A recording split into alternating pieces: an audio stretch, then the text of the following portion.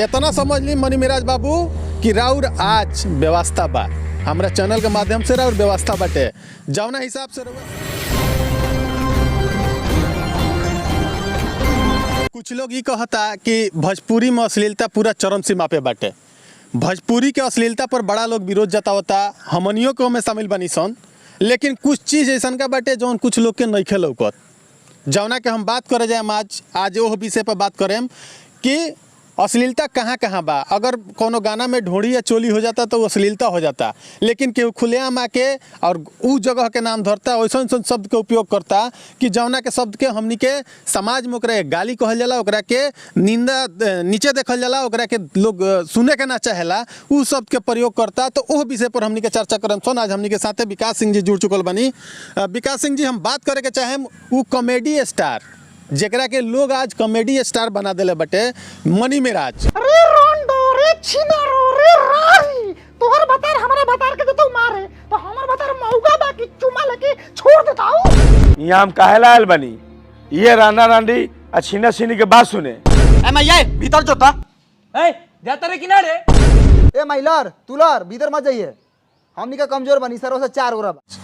उनकर वीडियो बड़ा लोग देखता, बड़ा लोग प्यार दुलार देता, बड़ा व्यूअर जाता, लेकिन हमनी के अश्लीलता तो सिर्फ खोजता नहीं सन भोजपुरी सिंगर में, अश्लीलता सिर्फ खोजता नहीं सन ढोड़ी में, हमनी के सिर्फ खोजता नहीं सन चोली में, लेकिन अश्लीलता असली कहाँ बा एकर खोज आज तक ले अश्लील के विरोध करे वाला लोग ना निकाल पावल हो।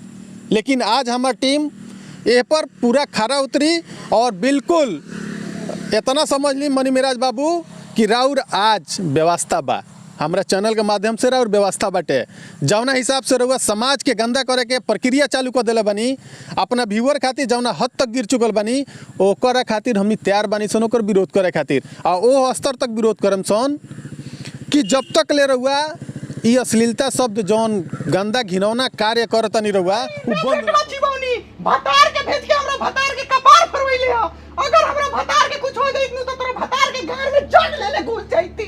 अरे रोंडो रे छिनारो रे राही, तोहर भतार हमरा भतार के तो मारे तो हमर भतार मौका बाकी चुमा लेके। तो विकास सिंह जी, हम बात करे के चाहेम उ टॉपिक पर जौन की आज अश्लीलता के विरोध में सारा लोग खड़ा बा। लगभग देखा जाओ तो बहुत सारा मीडिया बंधु भी खड़ा बड़े और बहुत सारा समाज सुधारक लोग भी खड़ा बा कि अश्लील सिर्फ भोजपुरी सिंगर करते रहे, लेकिन मनी मिराज जौन कॉमेडी में आके आ जौन हिसाब से लोग के सामने परोसता रहे, समाज के गंदा करते रहे, ओकरा बारे में क्या कहें रहुआ? जी, सबसे पहले बता दें कि आज एगो ऐसा ट्रेंड चले बा, जितना लोग समाज सुधारक भइल बा, चाहे जितना भी अश्लील मुक्त यूट्यूब लोग चैनल चलावता, सारा लोग के नजर में बड़ा भोजपुरी सिंगर, चाहे पवन सिंह भइले, खेसारी भइले, चाहे जकरा लगे मतलब सेलिब्रिटी लोग बा ओकरा लगे लोग जाता है आप ये गीत क्यों गाए वो गीत क्यों गाए। लेकिन वही मनी मिराज आज इतना गंदा शब्द का प्रयोग कर रहा है भोजपुरी में जाकर, आप सुनिए, उसका वीडियो भी हर गांव जवार के लोग देखते हैं, मिलियन में व्यू जाता है, लेकिन इतना गंदा गंदा वो शब्द बोल रहा है कि जो आपके कैमरा के सामने हम नहीं बोल सकते हैं। इतना गंदगी भरा शब्द बोल रहा है जिसको मतलब जो सबसे नीचे दर्जे के नहीं होते, जो सबसे मतलब पढ़ा लिखा इंसान न हो, तो सबसे बड़ा बता दे कि वो मुर्गा काटने वाला है। अब उसको इतना समझ में नहीं आ रही कि हमको क्या बोलना है, और इतना रफ शब्द के यूज मनी मिराज करता है कि हम क्या बताएं रोज सबके, मतलब बहुत दिन से हम सोचनी थी कि बतावल जाए, इतना गंदा शब्द के प्रयोग हमनी के नहीं सुन रुआ, सुन के रुआ देखिए हमनी के वीडियो में भी उस शब्द के डालम से जौन मनी मिराज जौन बोलता रहा उस शब्द के हमनी के बोल भी नहीं सकते, इतना गंदा शब्द के प्रयोग करता रहा। लेकिन उनका सामने केहू मीडिया वाला केहू समाज से नहीं खेजात, काहे नहीं खेजात, ऐसे कि हमनी के व्यूज ना भाई कॉमेडी स्टार हुआ। लेकिन ये सारा लोग जो होता है भोजपुरी सिंगर, भोजपुरी कलाकार, 2 लाख ब्यास वो लोग तो मानते नहीं अपना गाना के माध्यम से गावत तलो तो ढोंढी चोली घाघरा चाहता, तो ये खाली शब्द खराब बाटे। और गाली रुआ तो निमन शब्द बाटे, गालियों में तो इतना खराब शब्द, गाली तो एक दूसरा के दिया सकता, लेकिन इस शब्द के प्रयोग दूसरा के देह में आदमी खुदे शर्मसार हो जाए। गाली तो दे दिया जा सकता, ऐसे ही गाली तो मान केहू खिस में दे देवेला, लेकिन इस शब्द के प्रयोग नहीं कर सकता जौन वीडियो में वो करता रहे। ये बहुत निंदनीय बाटे। जब ले माफी नाम और कैमरा के सामने आके तब ले लगातार उनका विरोध या लगातार FIR भी करम सामने के जाके थाना में उनका। ए साला से हम का पूछी, ई साला खाली मार करके फेर में रहेला, ई साला के नाम देखत रहे कितना बढ़िया बा मनी मिराज, लेकिन साला के मुंह बा बोका के गार लेखा। ए साला भीतर अरे बाप रे बाप, इस साला बार का दोगला दरोगा बा हो मार के तो साला हमर टूरनी फोड़ दे। हाँ गदा बार है रूम महाकाल है, का जरूरी बा? ए तेरी गैस बना तो गैस ना निकाली, एक से बड़ बीमारी ना हो खला। ये बहुत बढ़िया चीज बा, गैस बोली तो गैस निकाले के चाहिए। है मर्द काती बढ़िया चीज है हो, एक आवाज के साउंड ना सुना लो कितना गंदा बा। पर पुर बुस पू जा मदन का क्या हुआ? ओ तेरे को साहब हमारा चाचा के ले जाके एक बार हगवाऊं, इनका पाइपलाइन लीक करा था। रे बुढ़ा रे, तुमको पता नहीं है कि जेल में पूर पार करना कानूनन अपराध है? का करी कपड़ा लगा के मूलनी पेपर से साट ली। बिल्कुल, जैसे कि यहाँ कहनी है कि जब तक रहुआ माफिया के ऑन कैमरा ना मांगे और अपने में सुधार ना लिए तो हमनी के टीम आगे कदम बिल्कुल बढ़ावत रही।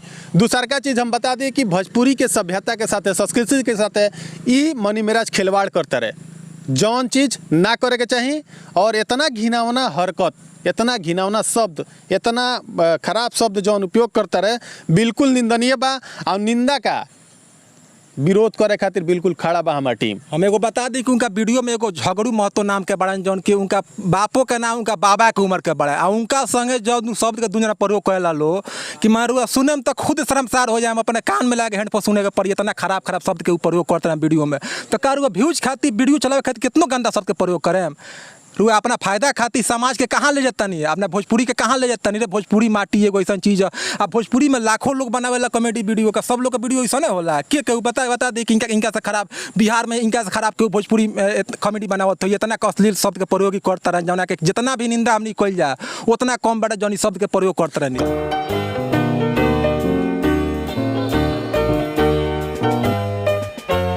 आय मोतिया बैटरी बदल के दाई ढीली चकलवा। हाँ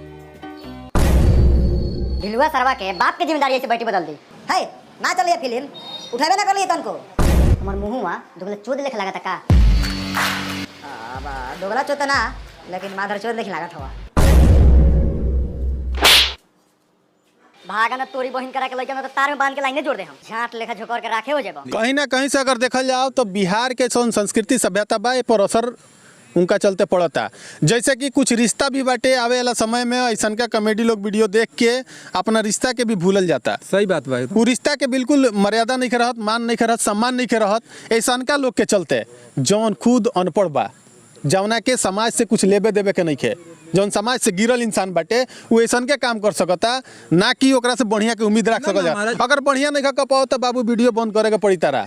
इतना ध्यान में रखिए कि वीडियो बनावल बंद कर देवे के पड़ी। बड़का स्टार हो गई, मिलियन में व्यूज बाटे। मान ली कि कौन नया कलाकार नया भोजपुरी से जुड़ल लड़का कोनो चाहत रह जाएगा हम यूट्यूब पर कॉमेडी वीडियो बनाई तो ओकरा कार प्रभाव पड़ी। वो तो चाहिए कि यही टाइम बनाई कि हमारे मिलियन व्यूज भागत तटे, लेकिन ओकरा चलते कितना लोग आगे बढ़ल का करी आगे चल के वो तो गंदे शब्द के प्रयोग करी। इनका थोड़ा सा ही बुझाता है कि अपना बिहार से होकर खास करके भोजपुरी मिट्टी के कलाकार बने हुए, भोजपुरी के माटी के बारे में वो का जानता है कि भोजपुरी का हमनी के जौन एगो मुर्गा काटे वाला होकर आज एगो यूट्यूब पे वीडियो बनावता है, गंदा गंदा शब्द के प्रयोग करता है। शब्द बोले लग नहीं कि इतना लोग बता दी कि जौन गंदा शब्द के प्रयोग करता है। आ भेटा जाए तो हमनी के तक जिला में रहते तो व्यवस्था हो गई रही, लेकिन व्यवस्था उनका कोई कम नहीं रहे। हम सब बिल्कुल जौना शब्द के वो यूज करता रहे वो बिल्कुल मर्यादित नहीं थे। मतलब फिर से दोबारा कह दी कि भोजपुरी संस्कृति, भोजपुरी के माटी, भोजपुरी के मान सम्मान के बिल्कुल ठेस पहुँचता। हमनी के आवे वाला पीढ़ी ऐसे गंदा हुई, दूषित हुई तो ऐसे बाबू या तो सुधर जा, आके ऑन कैमरा माफ़ी मांगो, और ना तो तहार व्यवस्था डेली हुई।